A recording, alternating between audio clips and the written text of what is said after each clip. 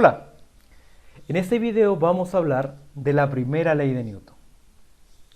El objetivo de esta sesión es que usted entienda lo que es una fuerza y cómo utilizar estas fuerzas dentro de un diagrama de cuerpo libre. Y por último, resolver problemas de estática. Fuerza. Nosotros sabemos que es una fuerza de forma intuitiva. Por ejemplo, cuando vamos a la playa y sentimos las olas del mar, sabemos que ahí hay una fuerza. Cuando vemos una maquinaria que está levantando algo muy pesado, sabemos que ahí hay una fuerza. Cuando un objeto golpea a otro, por ejemplo, acá tenemos un martillo golpeando un clavo, sabemos que ahí también hay una fuerza. Cuando levantamos un objeto muy pesado nosotros, también sabemos que hay fuerza. Pero ¿cómo definimos una fuerza? Una fuerza es una cantidad física que genera movimiento o que cambia este movimiento.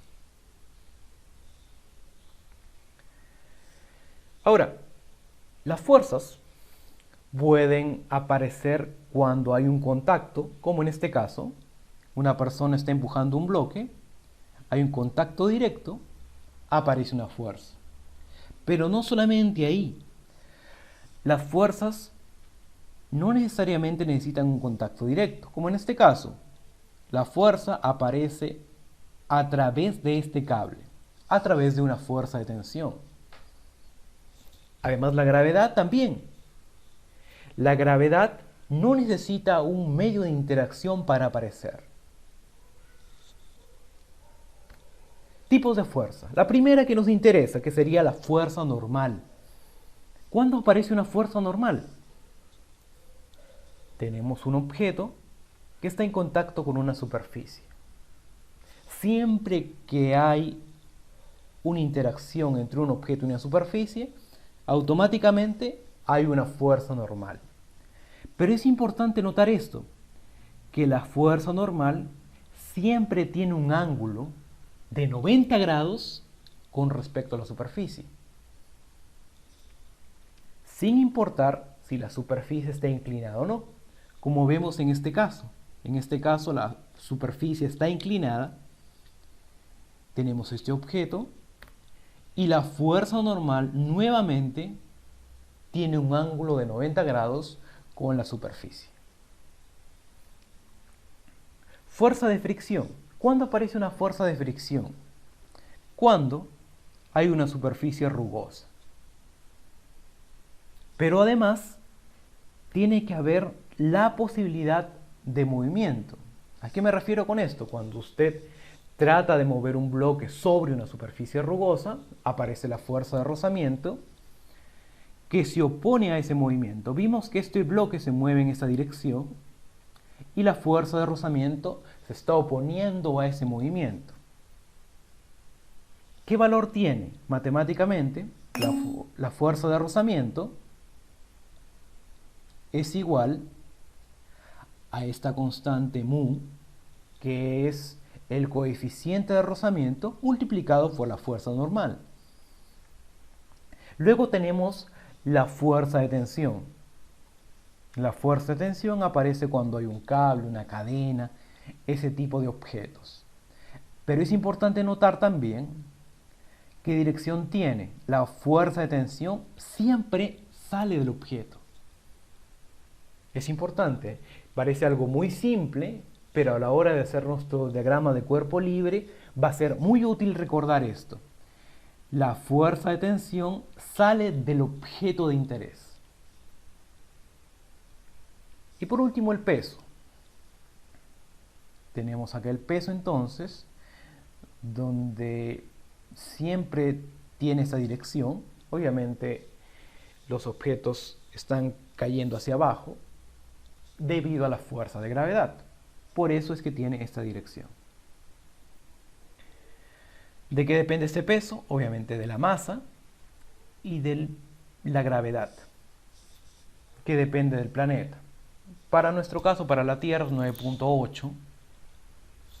diferentes planetas con diferentes masas tienen diferentes gravedades, pero para motivos prácticos nosotros vamos a considerar la gravedad como 10.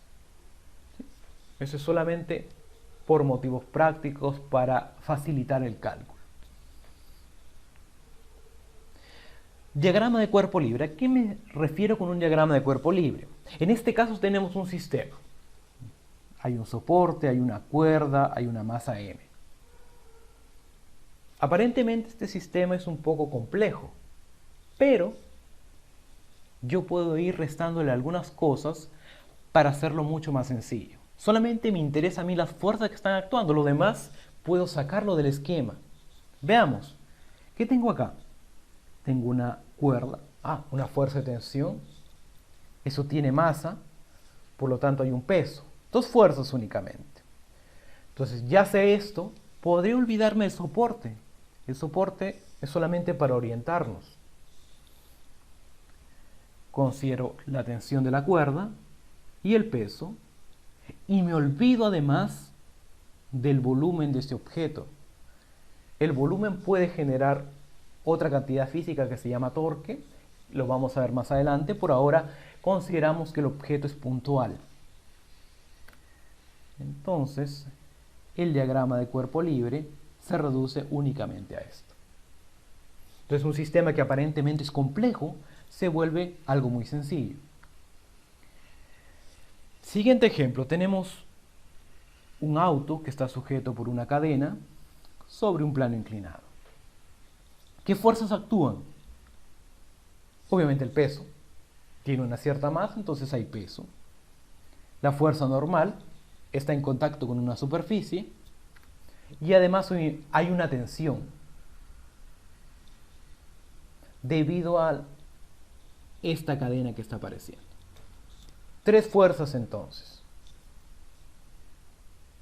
Con eso usted se puede olvidar de todo este sistema y únicamente me concentro en estas fuerzas, en mi diagrama de cuerpo libre, donde el auto es representado por este punto.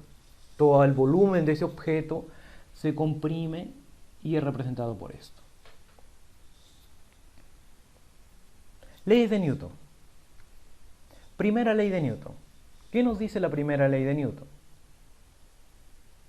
Que si la sumatoria de fuerzas es igual a 0, la velocidad se mantiene constante o igual a 0. De nuevo, la sumatoria de fuerzas es igual a 0, por lo tanto, la velocidad se mantiene constante o igual a 0.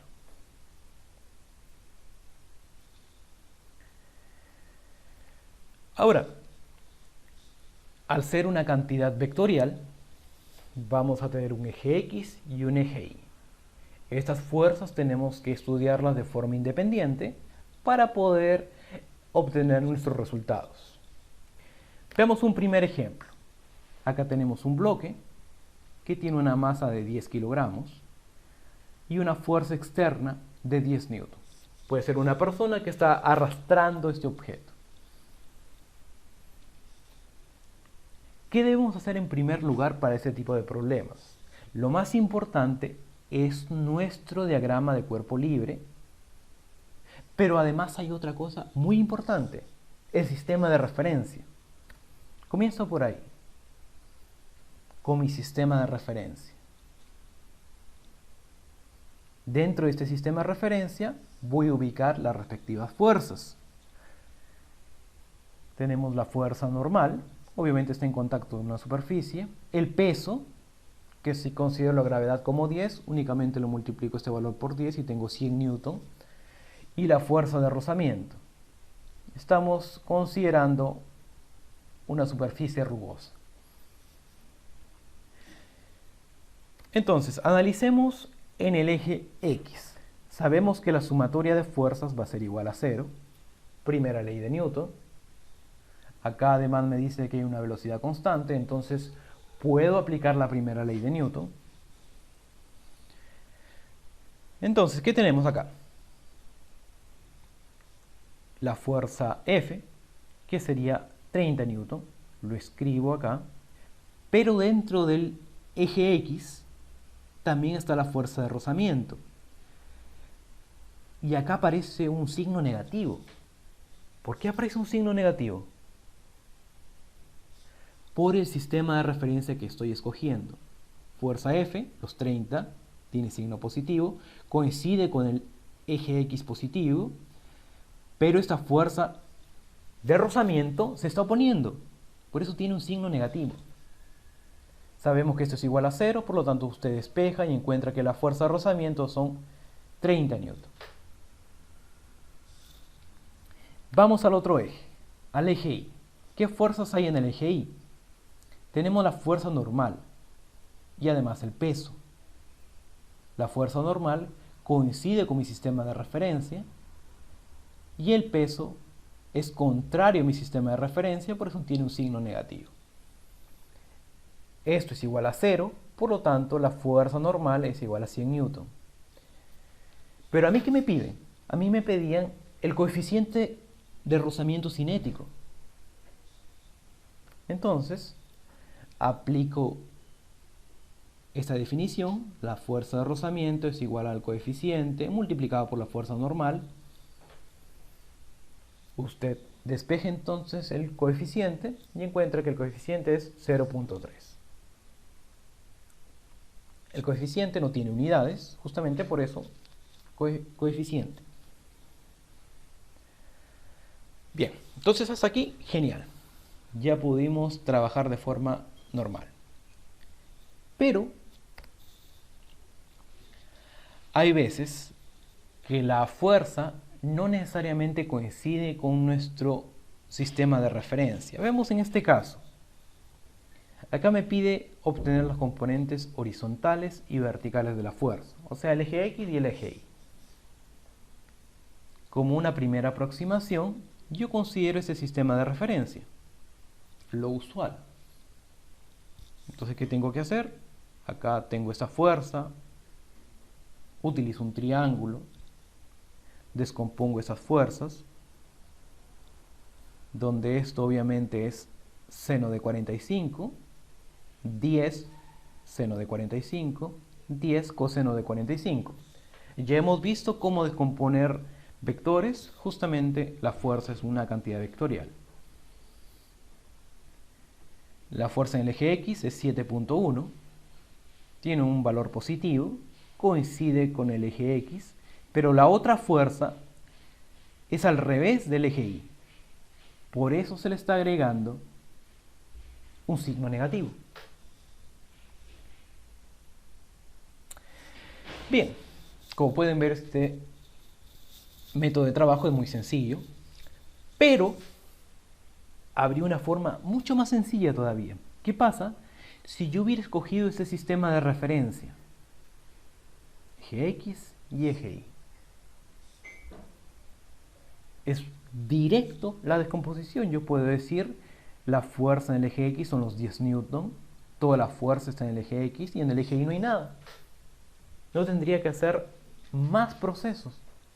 Esto es directo. Mucho más sencillo de trabajar.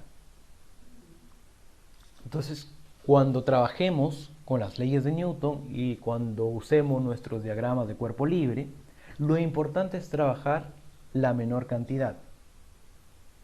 Usted tiene que escoger un sistema de referencia apropiado, donde tiene que descomponer lo menos posible. Veamos este ejemplo. Me dice que tenemos un bloque de 10 kilogramos que está subiendo con velocidad constante. Velocidad constante, entonces sumatoria de fuerzas es igual a 0 y nos piden hallar la tensión de la cuerda. Veamos las fuerzas que están ahí. Primero el sistema de referencia. El sistema de referencia que estoy escogiendo está sobre el plano, el eje X está sobre el plano y el eje Y es perpendicular al plano. ¿Por qué es esto? Miren las fuerzas. Tengo la tensión, primera fuerza, la tensión de la cuerda, la fuerza normal, que es perpendicular a la superficie del plano inclinado, y el peso, que siempre va hacia abajo. Como pueden ver, la tensión coincide con el eje X, la fuerza normal con el eje Y. Son dos fuerzas que ya no tengo que descomponer. Si hubiera escogido otro sistema de referencia, el sistema de referencia clásico, donde el eje X es horizontal, hubiera tenido que descomponer dos fuerzas, lo cual implica más trabajo. Debemos buscar la forma de trabajar menos. Por eso escoger un sistema de referencia apropiado. Bien, entonces, ¿qué tengo que hacer ahora? Como este peso no coincide, lo voy a descomponer en una fuerza que coincide con el eje Y y otra que coincide con el eje X. Vamos a olvidarnos un ratito de las otras fuerzas para encontrar el ángulo correspondiente. Miren. Simplemente estoy tomando esta parte del problema y lo estoy poniendo a un costado. ¿Para qué? Para poder visualizarlo de forma más sencilla. Miren, ¿qué sucede acá? Este segmento está generando un triángulo rectángulo. Significa que estos son 90 grados y por lo tanto, este segmento son 60 grados. Entonces, es directo el proceso. Luego, necesito saber este ángulo. ¿Cuánto vale este ángulo? ¿Cómo lo puedo adivinar o cómo lo puedo saber? Debo recordar que esta fuerza es perpendicular a la superficie. Es decir que desde la superficie hasta este vector hay 90 grados, ¿correcto? Entonces nos faltaría únicamente los 30 grados. Bien, entonces, ya encontré cuánto vale ese ángulo. Puedo retornar al problema. Entonces retorné al problema. ¿Y qué tengo que hacer ahora? Por supuesto, descomponer este vector. Nuevamente un triángulo. Esto sería 100. Es decir, este segmento son 100 seno de 30 grados. El que está junto al ángulo, 100 coseno de 30 grados. Y con eso usted ya puede comenzar a trabajar en el eje X y en el eje Y. Trabajemos en el eje X. Sumatoria de fuerzas en el eje X. Acá vemos que está la tensión. Coincide con el eje X, por eso tiene un valor positivo. Luego este segmento 100 seno de 30 grados, que numéricamente es igual a 50. Está en la dirección contraria, pero en el eje X. Por eso, menos 50. Despejamos y encuentro que la tensión son 50 newton. Por último, en el eje Y. ¿Qué pasó en el eje Y? Si quisiera hallar, por ejemplo, la fuerza normal, en el eje Y tenemos la fuerza normal y esta otra fuerza, los 100 coseno de 30 grados. Numéricamente, 100 coseno de 30 grados es 86.6, de donde usted despeja y encuentra que la fuerza normal es 86.6 newton. Y con eso encontré cuánto vale la tensión y la fuerza normal. ¿Qué es importante recordar? Lo que yo recomendaría siempre es que una vez que nosotros descomponemos esta fuerza es 100 newton que no coincide con los ejes, nos olvidamos de la fuerza. No vaya a ser que la vuelva a sumar por equivocación, no. La descompuse y me olvidé de esa fuerza. Las que importan ahora serían esa fuerza 100 coseno de 30 y 100 seno de 30 grados, que obviamente son sus representaciones de esa fuerza de 100 newtons. Bueno, eso sería todo por el día de hoy. Muchísimas gracias.